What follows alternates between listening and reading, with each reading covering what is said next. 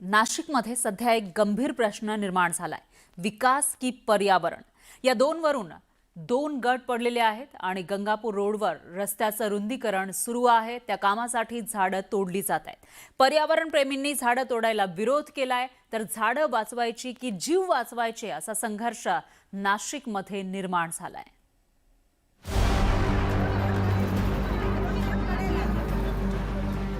पर्यावरणवादी आणि रस्त्यांच्या रुंदीकरणाची मागणी करणारे नाशिकमध्ये आमने सामने आले। दोन्ही बाजूंकडून यावेळी जोरदार घोषणाबाजी करण्यात आली। पर्यावरणवाद्यांनी झाडावर चढून त्यांचा विरोध दाखवून दिला। शहराची फुफ्फुस असणारी झाडं तोडू नका असं त्यांचं म्हणणं होतं, तर रस्त्यावर उतरून रस्ता रुंदीकरणासाठी आग्रही असणारे नागरिक त्यांचा मुद्दा तळमळीनं मांडत होते। सिंहस्थ कुंभमेळ्याच्या तयारीसाठी शहरात मोठ्या प्रमाणावर काम सुरू आहे। या कामात वाहतूक सुधारणा आणि रुंदीकरणाला प्राधान्य देण्यात आले।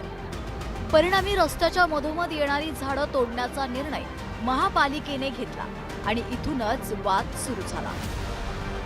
रस्त्याच्या एंड मार्जिन पासून 5 फूटची झाडं आहेत, त्यांना हात लावायचा नाही, कारण नवीन झाडं लावायला प्रॉब्लेम येतो। आणि एवढी सगळे डिसिजन असे हेरिटेज ट्री कापायला पण बंधनं घातलेली। हेरिटेज ट्रीच्या वयाची झाडं लावणं बंधनकारक आहे, हे कुठलेही निर्देश न पाळता NGTचा आता 27 एप्रिलला डिसिजन झालंय, वड पिंपळ कापू नका, आणि ते सुप्रीम कोर्टाने जे डिसिजन दिले तेच कायम ठेवलेले आहेत। असं असताना NGT, सुप्रीम कोर्ट आणि हायकोर्ट यांचे डिसिजन झालेले असताना महानगरपालिका स्वतःच्या जबाबदारीवर ही झाडं कत्तल करते।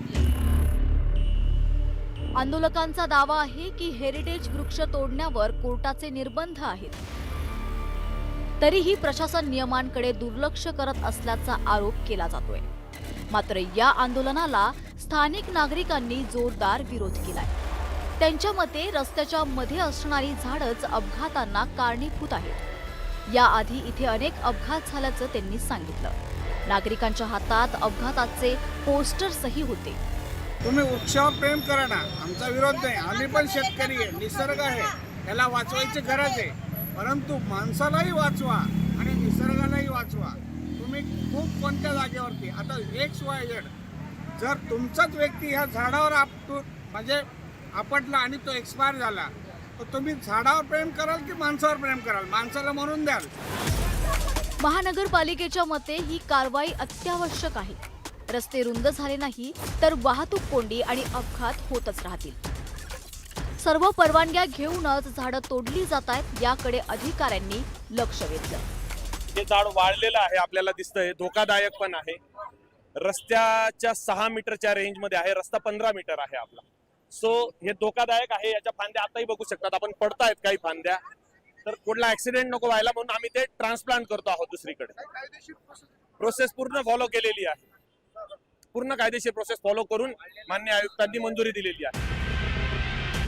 नाशिकमधील हा वाद आता केवळ एका रस्त्यापुरता मर्यादित राहिलेला नाही। हा प्रश्न आहे विकासाच्या मॉडेलचा। दोन्ही वाचवण्याचा काही मध्यम मार्ग आहे का, असा प्रश्न आता निर्माण झालाय। लक्ष्मण घाटोळ, न्यूज 18 मराठी, नाशिक।